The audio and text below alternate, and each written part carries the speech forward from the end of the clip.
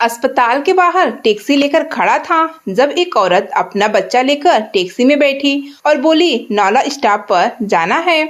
हम रास्ते में थे जब उसने एक होटल पर गाड़ी रोकने को कहा। वो बच्चे को टैक्सी में छोड़कर खाना लेने चली गई, पर घंटे बाद भी वापस न आई। जब मैं उसे ढूंढने गया तो मालूम हुआ वह औरत तो अपना बच्चा छोड़कर भाग गई। मैं मजबूरन बच्चे को अपने घर ले आया और बीवी के हवाले किया। बीवी ने ज्यों ही बच्चे की चादर खोली तो चीख पड़ी। जान तो मेरी भी निकलने लगी जब, डॉक्टर साहब मेरा बच्चा बच तो जाएगा ना? मैंने बड़ी आस और उम्मीद से नजरें डॉक्टर के चेहरे पर जमाई। भगवान बेहतर करेगा, आप प्रार्थना करें, हम तो सिर्फ कोशिश ही कर सकते हैं। जिंदगी और मौत भगवान के हाथ में है। डॉक्टर मुझे तसल्ली देता कमरे से चला गया। मैं ढीले कदमों से अपनी बीवी के पास जाकर बैठ गया। क्या कहा डॉक्टर ने? वो फौरन बड़ी उम्मीद से बोली तो मैंने इस बात में सर हिला दिया। भगवान बेहतर करेगा, तुम प्रार्थना करो। मेरे लहजे से उसे काफी तसल्ली हुई थी और मेरे दिल को धड़का लगा था। बेचैनी थी जो कम नहीं हो रही थी। मैं कभी उठकर टहलना शुरू कर देता तो कभी दोबारा बेंच पर बैठ जाता। इमरजेंसी के कमरे में मेरे बेटे का ऑपरेशन जारी था। वो जिंदगी और मौत की कसम में था। ये एक बड़ी सर्जरी थी जिसके इलाज के लिए मैंने बड़े जतन करके पैसा हासिल किया था। काश मेरे बच्चे को नई जिंदगी मिल जाए। मैं दिल में कई बार सोच चुका था हमारे आगे आने वाली जिंदगी हमारे बच्चे की जिंदगी पर टिकी हुई थी। सर्जरी कई घंटे जारी रही। आखिरकार डॉक्टर इमरजेंसी के कमरे से बाहर निकला तो मैं और मेरी बीवी जल्दी से उसके तरफ बढ़े। मुझे अफसोस है हम आपके बच्चे को नई जिंदगी ना दे सके। वो अफसोस से मेरे कंधे पर हाथ रखता मुझे तसल्ली देता जा चुका था। मैं खुद को कंट्रोल करके खड़ा रह गया था। मुझे अपनी बीवी की दबी दबी सिसकियां साफ सुनाई दे रही थी। वो मुंह पर दुपट्टे का पल्लू रखे अपनी चीखों को दबाने की कोशिश कर रही थी। मेरा नाम करण है, मैं ड्राइवर था।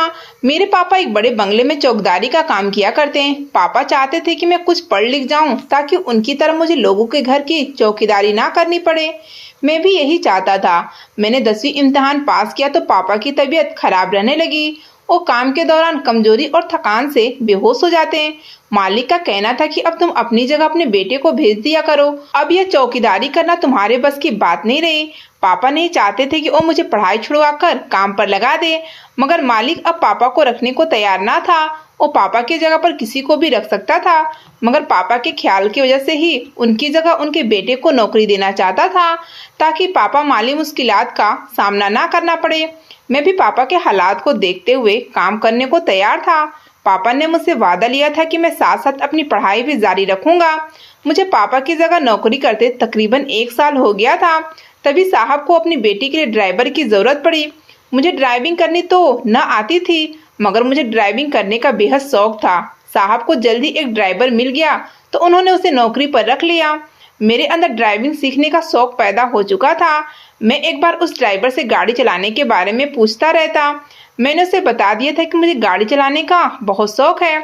उसने मुझे गाड़ी चलाना सिखाने का वादा भी कर लिया और जल्दी अपने वादे पर पूरा उतरा। मैंने चंद महीने में ही गाड़ी चलाना सीख लिया। उस बंगले में तो ड्राइवर की जरूरत ना थी, मगर मुझे जल्द ही उससे भी बड़े बंगले में नौकरी मिल गई और मैं चौकीदारी की नौकरी छोड़कर ड्राइवरी करने लगा। यहाँ तनख्वाह भी अच्छी थी और सहूलियत भी ज्यादा थी। मैं पापा से अपनी पढ़ाई जारी रखने का वादा न निभा सका। मेरी पढ़ाई अधूरी रह गई, मगर मेरी तनख्वाह बढ़ गई थी। मैं नौकरी से आने के बाद रात के किराए की गाड़ी चलाकर ज्यादा पैसे भी कमा लिया करता। मम्मी को मेरी शादी की फिक्र होने लगी। रिश्तेदार में मेरे बराबर कोई लड़की मौजूद ना थी। कुछ उम्र में मुझसे काफी ज्यादा बड़ी तो कुछ बहुत ही छोटी थी। इसलिए रिश्तेदार से बाहर रिश्ते की तलाश शुरू हुई। रिश्तेदार से बाहर लड़की ढूंढना जहाँ एक मुश्किल मसला था, वहीं मम्मी का दिल किसी भी गैर अनजान जगह लड़की के लिए राजी ना होता। पूरे शहर की खाक छान लेने के बाद मम्मी पापा को मेरे मोहल्ले में ही रहने वाली सुमन आंटी की बेटी बेहद पसंद आई। इसमें वो सारी खूबियां मौजूद थी जो एक अच्छी बहू में होनी चाहिए। मम्मी पापा ने रिश्ता तय करने में देर ना की और जल्दी शादी की तारीख तय कर दी और दिव्या विदा होकर मेरी जिंदगी में चली आई। दिव्या के आने से मेरी जिंदगी में काफी बदलाव हुई थी। वो एक बहुत ही समझदार लड़की थी। ना तो उसकी ज्यादा ख्वाहिश थी और ना ही कोई हसरतें। उसने मम्मी पापा को आते ही अपनी तरफ कर लिया था। मम्मी पापा जैसी बहू सोचकर लाए थे वो वैसी ही निकली थी। मैं भी उसे देखता ही रह जाता।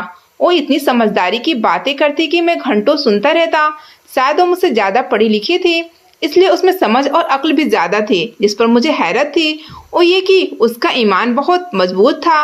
वह हमेशा पूजा पाठ में लगी रहती, मगर मम्मी मुझे हमेशा कहती कि मैं भी पूजा पाठ किया करूं, मगर मुझसे ये ना हो पाता। दिव्या जब से घर आई थी, आहिस्ता आहिस्ता उसको देखकर मैं भी पूजा पाठ करने लगा।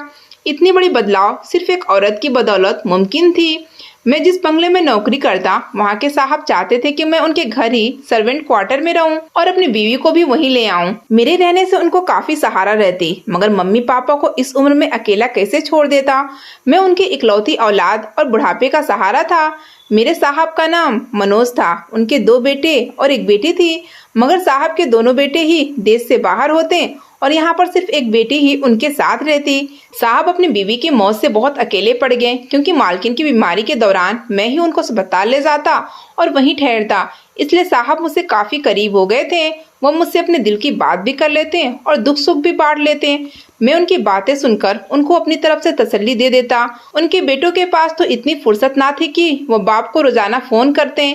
माँ के अंतिम संस्कार पर भी वो नहीं आए थे। साहब की बेटी की अपनी ही सरगर्मियां थी।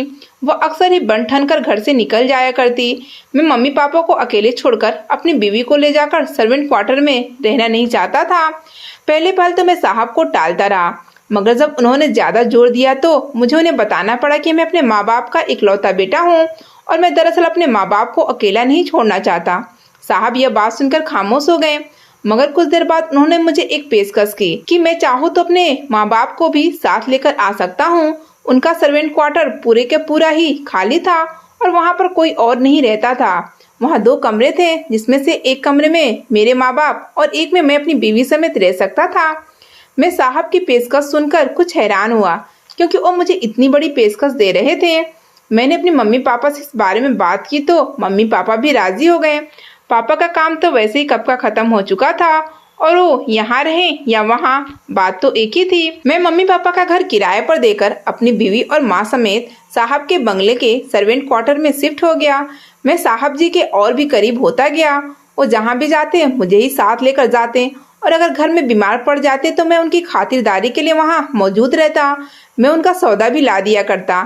साहब जी मुझ पर काफी एतबार करने लगे थे। एक दिन साहब की तबीयत काफी खराब थी। वो घर से बाहर किसी काम के लिए ना निकले और बाहर के कामों के लिए उन्होंने मुझे अकेले ही भेज दिया।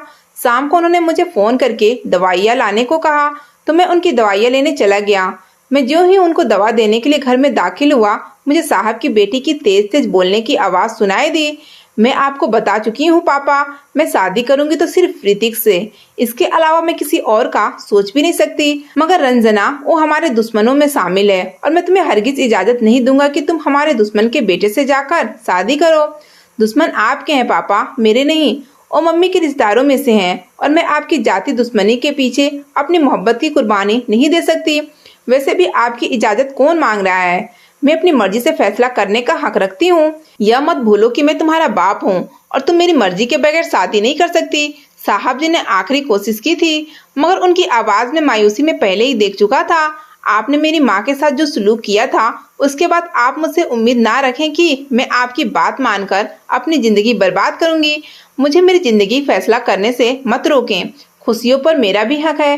मैंने सारी जिंदगी तन्हाई बर्दाश्त की है। अब माँ की मौत के बाद मैं किस कदर अकेली हूँ, आपको इसका अंदाजा भी है। वो चीखती चिल्लाती खटपट करती तेजी से बाहर निकली तो मुझे बाहर खड़े देखकर चौंक गई और फिर सर झटक कर आगे बढ़ गई, जबकि मैं कुछ उलझता हुआ दरवाजा खटखटाकर साहब के कमरे में दाखिल हो गया। साहब की आंखों में आंसू देखकर मेरा दिल कटकर रह गया। साहब, मैं आपकी दवाई ले आया हूँ। मैंने उन्हें कहा तो उन्होंने हाथ की इशारे से दवाइयाँ मेज पर रखने के लिए कहा और खुद दोनों हाथों से सर पकड़कर बैठ गए। भगवान ने जल्दी हम पर करम किया था। दिव्या की तबीयत कुछ खराब रहने लगी थी। वह हर वक्त टांगों और सर में दर्द की शिकायत रहती। मैं उसे जबरदस्ती डॉक्टर के पास लेकर गया, हालांकि वो जाने को तैयार न थी। वो यही समझ रही थी शायद मौसम के बदलाव का असर है, मगर डॉक्टर ने जो खुशखबरी सुनाई उसको सुनकर मैं हैरान रह गया। मुझे यकीन ना होता कि मैं बाप बनने वाला था। मेरा दिल चाहता था कि मैं चीख कर सारी दुनिया को बताऊं कि भगवान ने मुझे कितनी बड़ी खुशखबरी दी थी। जबकि दिव्या कुछ परेशान और घबराई हुई सी थी। शायद वो अपनी तबीयत की वजह से परेशान रही थी। मैं चूंकि अपने माँ बाप का इकलौता औलाद था और मम्मी पापा के कोई ऐसे खास रिश्तेदार भी ना थे कि जो मेरे हम उम्र कजिन मेरे पास होते हैं, जिनके साथ मैं बचपन में खेलता। इसलिए मैं अकेले ही पला बड़ा था। मेरे मोहल्ले के लड़कों से भी कोई ज्यादा दोस्ती ना थी, इसलिए मुझे छोटे बच्चों का बेहद शौक था। मैं अपने मोहल्ले या रिश्तेदारों का कोई छोटा बच्चा देखता तो लपक कर गोद में उठा लिया करता था। अब मेरा अपना बच्चा आने वाला था तो मैं खुश क्यों ना होता। मैं जल्दी से दिव्या को घर ले आया और रास्ते में से मिठाई का पूरा टोकरा भी साथ ले आया। मैंने मम्मी पापा को ये खुशखबरी सुनाई तो वो भी खुशी से झूम उठे। उनके बेटे के यहाँ औलाद होने वाली थी। घर में नन्ही मुन्नी किलकारियां गुजरने वाली थी। हमारे घर में तो ऐसा समा था जैसे बच्चे आने की खबर ना मिली हो, बल्कि बच्चा ही घर में आ गया हो। मम्मी पापा मेरे हाथ में मिठाई का पूरा टोकरा देखकर हंस हंस कर लोटपोट हो गए थे। सबके चेहरों पर खुशियां थी। मैं चाहता था कि मैं साहब को ये खुशखबरी जल्द से जल्द सुनाऊं, इसलिए मैं मिठाई की प्लेट भरकर साहब के लिए भी ले गया। जैसे मैं दरवाजा बजाकर अंदर दाखिल हुआ तो ये देखकर हैरान रह गया कि वो अपने बिस्तर से नीचे गिर पड़े थे और बेहोशी की हालत में थे। मैं भागकर उनके पास गया और उनको उठाने की कोशिश करने लगा। मैं 2-3 आवाजें दी, मगर उन्होंने मेरी किसी बात का कोई जवाब ना दिया। मैंने घबराहट में चौकीदार को अपनी मदद के लिए बुलाया और साहब को उठाकर गाड़ी में डाला और फौरन उनको अस्पताल लेकर पहुंचा। मेरे पास साहब की बेटी का नंबर ना था और जल्दी में साहब का मोबाइल उठाकर लाना भी मैं भूल गया था। मैंने चौकीदार को दौड़ाया कि अगर साहब की बेटी आए तो उसको फौरन खबर कर दे कि उसके पापा अस्पताल में बीमारी की हालत में मौजूद हैं। जबकि मैं कमरे के बाहर ही सर पकड़कर बैठ गया। साहब का इलाज शुरू हो चुका था।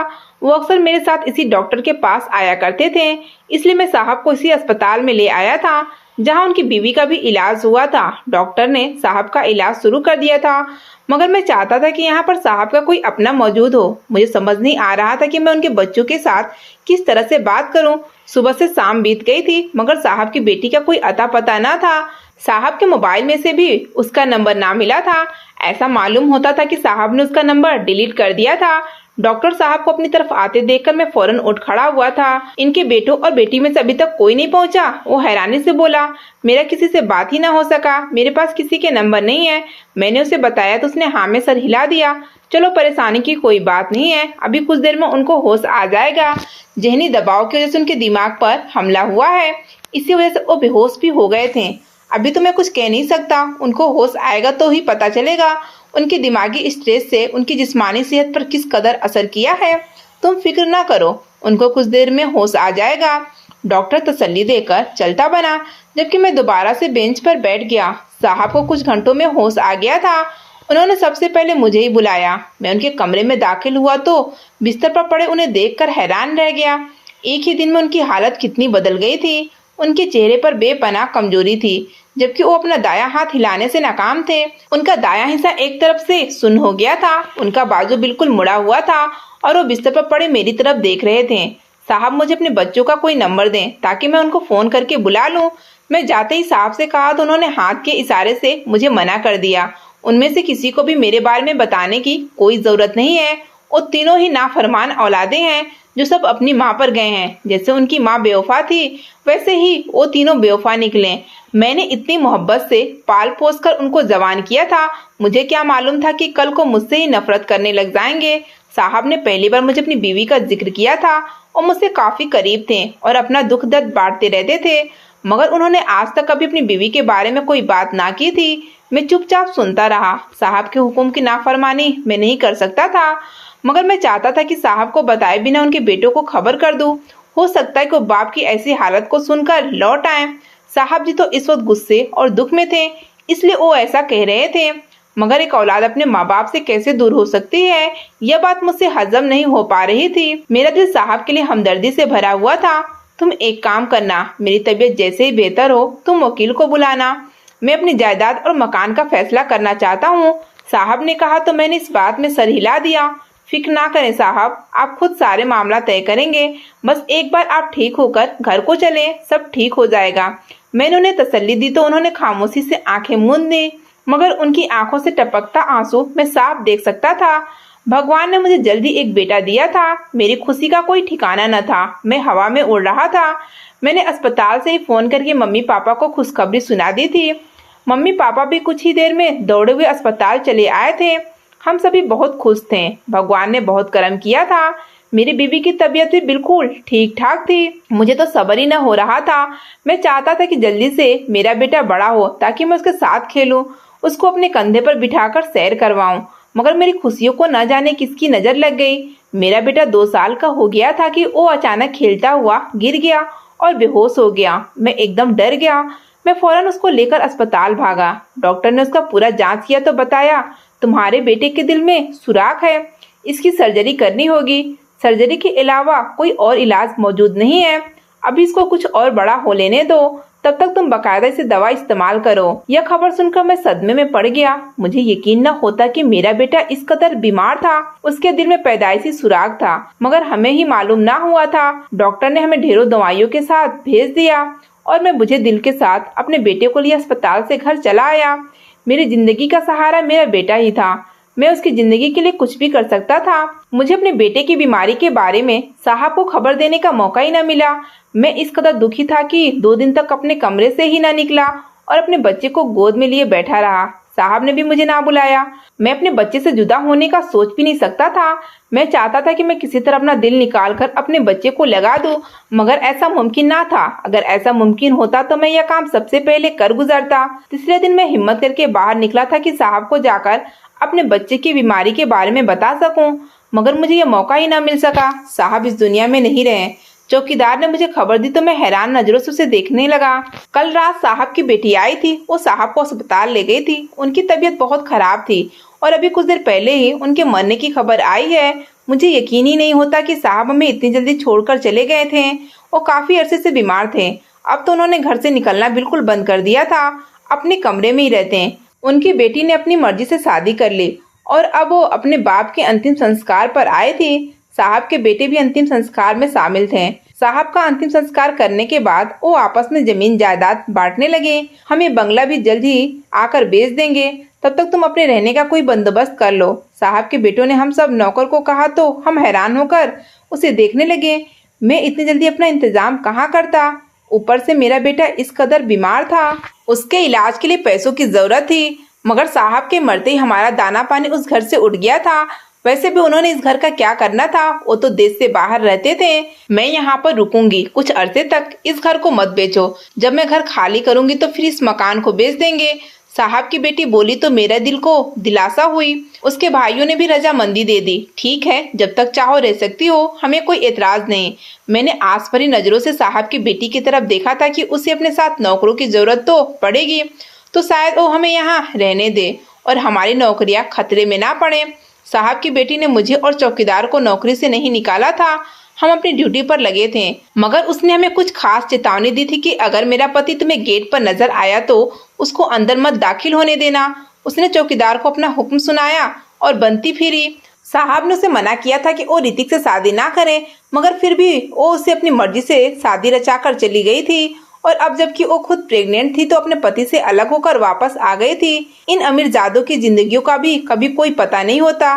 वैसे ही अपनी मर्जी और जिससे काम अंजाम देकर फैसला करती फिरती है। मैंने अफसोस से सोचा और वापस अपने क्वार्टर की तरफ आ गया।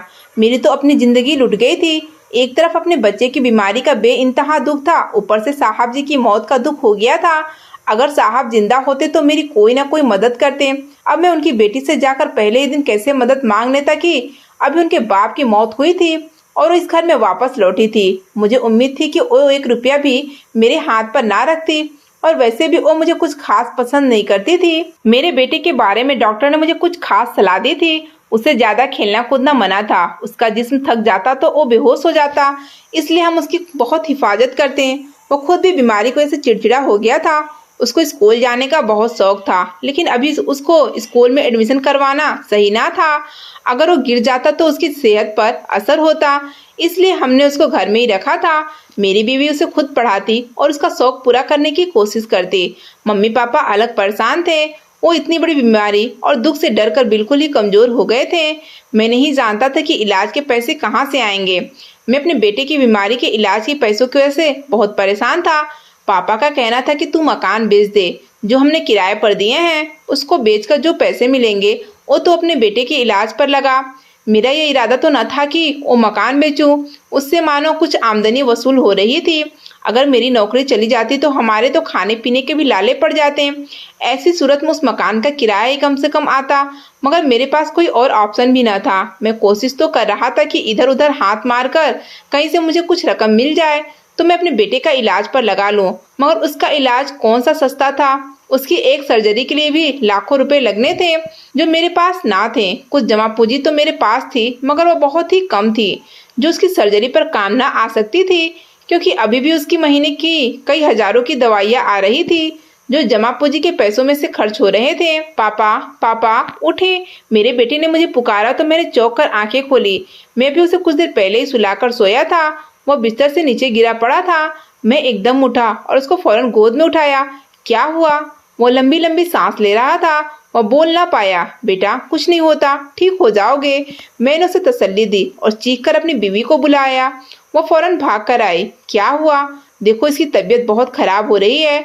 मैं इसको साहब की गाड़ी में लेकर जा रहा हूँ, तुम जल्दी मेरे साथ चलो। मेरी बीवी ने भागकर उसकी फाइल उठाई और गाड़ी में आ बैठी। मैं मम्मी पापा को बताकर फौरन ही अस्पताल के लिए रवाना हो गया। डॉक्टर ने मेरे बेटे को एडमिट कर लिया और उसका इलाज शुरू कर दिया। डॉक्टर साहब बताएं, मेरे बेटे को क्या हुआ है? इसकी तबीयत कैसी है? वो तो दवाइयाँ भी पूरी ले रहा है और ना हमने उसे दौड़ने भागने दिया, फिर इसकी तबीयत कैसे बिगड़ गई? आपके बेटे की सर्जरी होना बहुत ज़रूरी है। इसकी तबीयत काफ़ी ख़राब है। बेहतर है कि आप अब सर्जरी करवा लें, वरना इसकी जान को नुकसान हो सकता है। डॉक्टर के कहने पर मैं चौंक गया, मगर इतनी जल्दी मेरे पास तो पैसे ना थे। डॉक्टर साहब, कितना खर्चा आएगा? कम से कम 5 से 10 लाख लगेंगे। डॉक्टर का जवाब सुनकर मैं चौंक गया। मेरे पास सिर्फ 2 लाख ही था, जिससे काम होना मुमकिन ना था। मकान भी इतनी जल्दी ना बिक सकता था। मैं क्या करता, मुझे समझ ना आ रही थी। डॉक्टर साहब, आप ऑपरेशन की तैयारी करें, मैं पैसों का इंतजाम करता हूँ। मैं डॉक्टर को कहकर अस्पताल से निकल पड़ा। मैंने घर आकर मम्मी पापा को उसकी हालत के बारे में बताया तो पापा ने मुझे पहले मकान बेचने का ही कहा। इतनी जल्दी कैसे बिकेगा? मैं कुछ और इंतजाम करता हूँ। मैं मैडम से बात करता हूँ, हो सकता है कि वो कुछ मदद कर सकें। मैं मैडम के पास जा पहुँचा। अगर साहब होते तो मुझे उनसे मांगने की जरूरत भी न पड़ती। वो खुद ही पैसे निकाल कर मेरे हाथ पर रख देते हैं। मैं सोचता हुआ मैडम के घर जा पहुंचा। क्या बात है, मुझे बाजार जाना था और तुम कहाँ गायब हो? उसने आते ही मुझे डांट दिया। मेरा बच्चा बहुत बीमार है, वो अस्पताल में एडमिट है। मुझे उसके इलाज के लिए पैसों की जरूरत है। अगर आपके पास 5 लाख हो तो मुझे उधार दे दें, मैं वापस कर दूंगा। मैंने उससे कहा तो उसने बुरा सा मुंह बनाकर मुझे देखा। तुम्हारा दिमाग खराब तो नहीं? तुम 5 लाख मुझसे ऐसे मांग रहे हो जैसे 5 रुपए की बात कर रहे हो। मेरे पास इतने पैसे नहीं है। मैं तो खुद अपने पति का घर छोड़कर यहाँ आई बैठी हूँ। तुम्हें तो मालूम ही है, सारी जायदाद में से हिस्सा भाई लेकर चल दिए हैं। एक घर ही बचा है, जो मैंने मजबूरी में उनकी मिन्नतें करके उन्हें बेचने से रोका है, वरना वो तो कब का यह घर भी बेच देते हैं। मेरे पास आमदनी का कोई जरिया नहीं है। थोड़ी बहुत बचत के पैसे मेरे पास पड़े हैं, उन्हीं से गुजारा कर रही हूँ। मैं तुम्हें कहाँ से पैसे दे सकती हूँ? मैडम ने मुझे अपनी पूरी दास्तान कह सुनाई तो मैं चुपचाप सर झुकाए वापस पलटने लगा, मगर पीछे से मुझे मैडम की चीखों की आवाज सुनाई दी तो फौरन पलटा। वो पेट पकड़े सोफे पर बैठ रही थी। जल्दी गाड़ी निकालो, मुझे अस्पताल जाना होगा। मैं उसको लेकर फौरन अस्पताल पहुंचा और मैं उसे उसी अस्पताल में ले आया जहां पर मेरा बच्चा एडमिट था। यह वही अस्पताल था जहां पर साहब जी ने अपना दम तोड़ा था। मैं अस्पताल में सर झुकाए परेशान बैठा था। अभी तक कोई उम्मीद का सिरा हाथ न आया था। मेरी इकलौती उम्मीद मैडम ही थी, मगर उसने भी मुझे पैसे देने से इनकार कर दिया था। उसके पास पैसे होते भी तो वो क्यों देती? वो साहब जी की बेटी थी, मगर वो बिल्कुल भी साहब जी पर नहीं गई थी। वैसे भी वो खुद ऐसी हालत में थी कि वो इस वक्त दूसरों की मदद करने का सोचती या अपने आप को संभालती। मैडम के यहाँ बेटा हुआ है, मैडम की नौकरानी ने मुझे आकर बताया तो मुझे कोई खास खुशी न हुई। मैडम के बेटा होने से मुझे क्या खुशी थी? मुझे तो अपने बेटे की जान बचाने की फिक्र थी। अच्छी बात है, मैंने सरसरी अंदाज अपनाया और दोबारा से सर हाथों पर गिराकर बैठ गया। मुझे मालूम हुआ कि तुम्हें पैसों की जरूरत है। मुझे अपने दाएं तरफ से अजनबी सी आवाज सुनाई दी तो मैंने सर उठाकर फौरन दाएं तरफ देखा।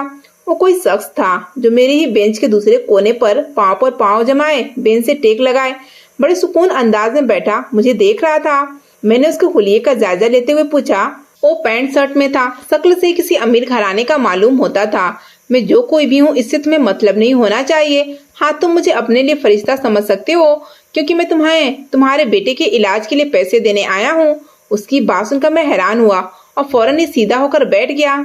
ये आप क्या कह रहे हैं? आप सच में मुझे मेरे बेटे के इलाज के लिए पैसे देंगे? मैंने खुशी से पूछा तो उसने हाँ में सर हिला दिया हाँ क्यों नहीं, 5 लाख तो क्या, मैं तुम्हें 10 लाख देने को तैयार हूँ, क्योंकि ऑपरेशन के बाद भी तो उसके इलाज के लिए पैसों की जरूरत पड़ेगी। बाकी का पैसा उस वक्त काम आएगा। मैं आपकी एक एक पाई लौटा दूंगा, मैंने जज्बात से भरी आवाज में कहा। मेरा लहजा नम हो चुका था। अरे अरे नहीं नहीं, इसकी क्या जरूरत है, मैं तुमसे पैसा वापस नहीं मांगूंगा, उसने नरम आवाज में कहा। तो मुझ पर हसरतों के पहाड़ टूट पड़े। यह आप क्या कह रहे हैं, मैं तो आपको जानता भी नहीं, आप मेरी इतनी मदद क्यों करेंगे। आखिर मेरे लबों पर वो सवाल आ ही गया जो कब से मेरे दिल में मचल रहा था। मैं तुम्हारी मदद इसलिए करूंगा क्योंकि उसके बदले में तुम्हें भी मेरा एक काम करना होगा। उसने अपने मतलब की बात की तो मैं चौंक गया। कैसा काम, मैंने हैरान होकर पूछा। तुम्हारी मैडम के यहाँ बच्चा पैदा हुआ है, मुझे बस वो बच्चा ला दो, मैं तुम्हें 10 लाख नगद इसी वक्त देकर जाऊंगा। आखिर उसने अपनी बात कही तो मैं चौंक गया और हैरान होकर उसकी तरफ देखने लगा। पर आप हैं कौन, मैंने आज से पहले उसे कभी ना देखा था। मैं ऋतिक हूँ, उस बच्चे का बाप। मुझे अपना बच्चा चाहिए। मैं अपना बच्चा उस औरत के हाथों में नहीं छोड़ सकता जो खुद नशे की आदी है, जिसे खुद अपने आप को नहीं संभाला जाता। वो मेरे बच्चे को कैसे संभालेगी।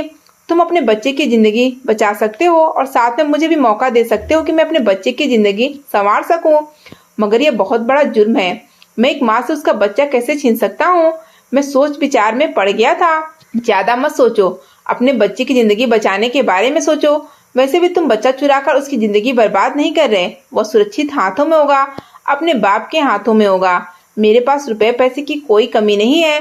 जबकि मैं हैरान परेशान था कि मैं ऐसा कैसे कर सकता हूँ।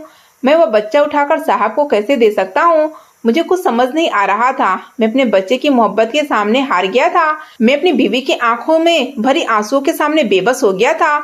मैं अपने बेटे की उम्मीदों का सहारा बन गया था। मेरा बच्चा हम 4 लोगों की मुस्कुराहट की वजह था। मैं उसे कैसे जाने देता। मैंने वही किया जो एक मजबूर बाप कर सकता है।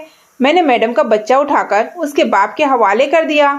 मैडम को कानों कान खबर भी ना हुई थी। मैं आसानी से बच्चे के पास जा सकता था। घर से कोई भी सामान मंगवाना होता तो मैं मैडम के कमरे में चला जाता। मैडम बाथरूम में गई थी तो मैंने बच्चा उठाकर बाप के हवाले कर दिया।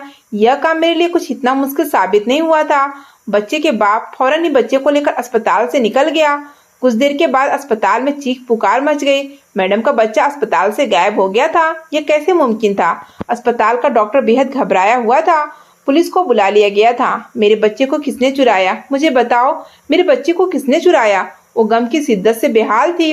मैं जानता था कि मैंने बहुत बड़ा जुर्म कर दिया था, मगर मैं क्या करता। मेरे पास कोई और रास्ता न था। मैडम की चीखें मुझसे बर्दाश्त न हुई तो मैं कमरे से बाहर निकल आया। मेरे बेटे का ऑपरेशन शुरू हो गया था। मैं उसकी जिंदगी के लिए दुआएं मांग रहा था। मैं भगवान से प्रार्थना कर रहा था कि मेरे बच्चे को बचा लें। पुलिस अस्पताल में जांच कर रही थी, मगर चूंकि मेरे बच्चे का ऑपरेशन जारी था इसलिए कोई भी मेरे पास न आया और मुझसे कोई सवाल जवाब ना किया गया। मैडम के बच्चे का सुराग जल्दी मिल गया था। पुलिस ने बताया कि बच्चा बाप के पास है, वो बाप ही उसको उठा कर ले गया था। हम बाप से ये बच्चा लाकर आपके हवाले नहीं कर सकते, आपको अदालत में जाना होगा। पुलिस ने मैडम को साफ बता दिया था, मगर वो बड़े अमीर घराने से ताल्लुक रखता था, जबकि मैडम के पास अब बचा ही क्या था। मैडम के भाई भी उसका साथ देने को लिए तैयार न थे। ऐसे में मैडम के लिए बच्चा हासिल करना बहुत मुश्किल था। मेरे बच्चे के ऑपरेशन को कई घंटे गुजर चुके थे, अभी तक डॉक्टर ने उसका कोई खबर न दिया था। मैं उस वक्त अस्पताल में बाहर बेंच पर ही परेशान हाल में बैठा था। तभी मैडम घर जाने के लिए निकली तो मेरे पास आकर रुक गई। मैंने सुना तुम्हारे बच्चे का ऑपरेशन जारी है। उसने मेरी तरफ देखे बिना पूछा तो मैं बेंच से उठ खड़ा हुआ। मैं उसको क्या जवाब देता। मैं चुपचाप खड़ा हो गया। उसने मेरे चेहरे पर एक गहरी नजर डाली। तुम्हारे पास ऑपरेशन के लिए पैसे कहाँ से आए?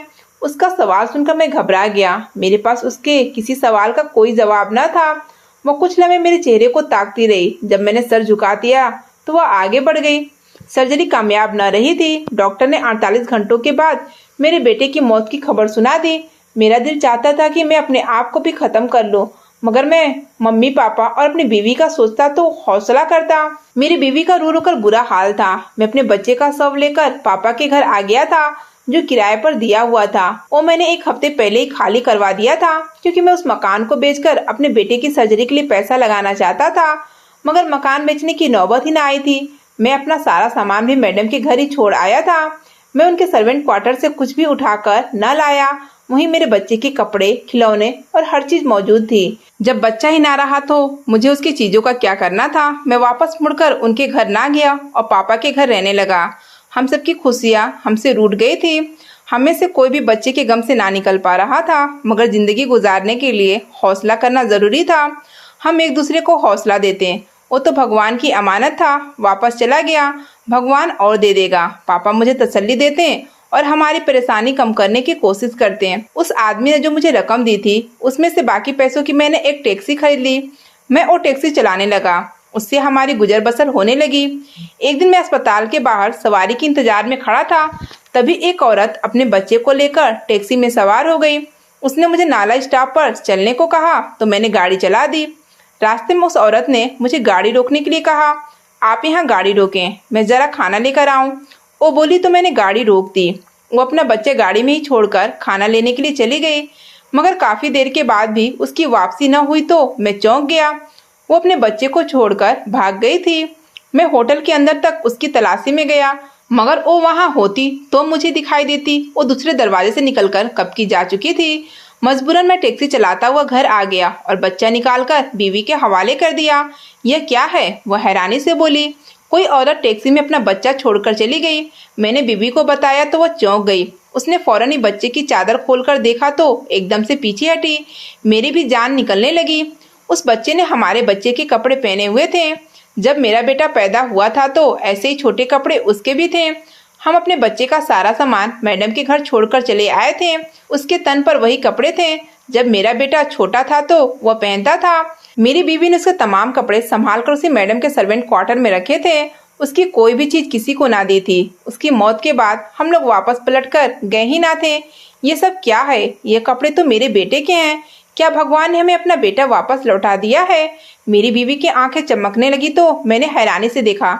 ये क्या बात कर रही हो तुम? यह हमारा बच्चा नहीं है। तभी दरवाजे पर दस्तक की आवाज सुनकर मैं चौंक गया। मैंने आगे बढ़कर दरवाजा खोला तो सामने पुलिस मौजूद थी। तुम अस्पताल से बच्चे को चुरा कर लाए हो। पुलिस ने अंदर दाखिल होकर मुझे गिरबान से पकड़ लिया। यह आप क्या कह रहे हैं? मैं बच्चा क्यों चुराऊंगा? तभी मुझे पुलिस के पीछे से वही औरत दिखाई दी थी जो टैक्सी में सवार थी। यही मेरा बच्चा है। उसने लपक कर अपने बच्चे को उठा लिया। यह आदमी बच्चा चुरा कर लाया है। मैंने इसको अस्पताल में अपने कमरे में दाखिल होते देखा था। इसने मुझे कोई बेहोशी की दवा पिलाई और मेरा बच्चा उठा कर ले आया। ये झूठ बोल रही है। ये खुद मेरी टैक्सी में बच्चा छोड़कर गई थी। तुम्हारा दिमाग तो खराब नहीं हो गया? मैं अपना बच्चा छोड़कर क्यों जाऊंगी? वह पुलिस के सामने साफ मुकर गई और मुझ पर झूठा इल्जाम लगा दिया। मुझ पर तो हैरत के पहाड़ टूट पड़े। पुलिस मुझे गिरबान से पकड़कर घसीटती हुई ले जाने लगी। मेरी बीवी और मम्मी पापा भी कमरे से निकलकर मेरे पीछे भागे थे। आप कहाँ ले जा रहे हैं मेरे बेटे को? पापा ने पुलिस वाले की मिन्नत करके उसे रोका। ओ बाबा जी, बच्चा चुराया है अस्पताल से तुम्हारे बेटे ने, पुलिस का एक आदमी बोला था। नहीं पापा, मैंने कुछ ऐसा नहीं किया। मैंने पापा को सफाई देने की कोशिश की। थानेदार साहब, मैंने अपने बच्चे की परवरिश ऐसी नहीं की है कि ऐसा कोई जुर्म करे।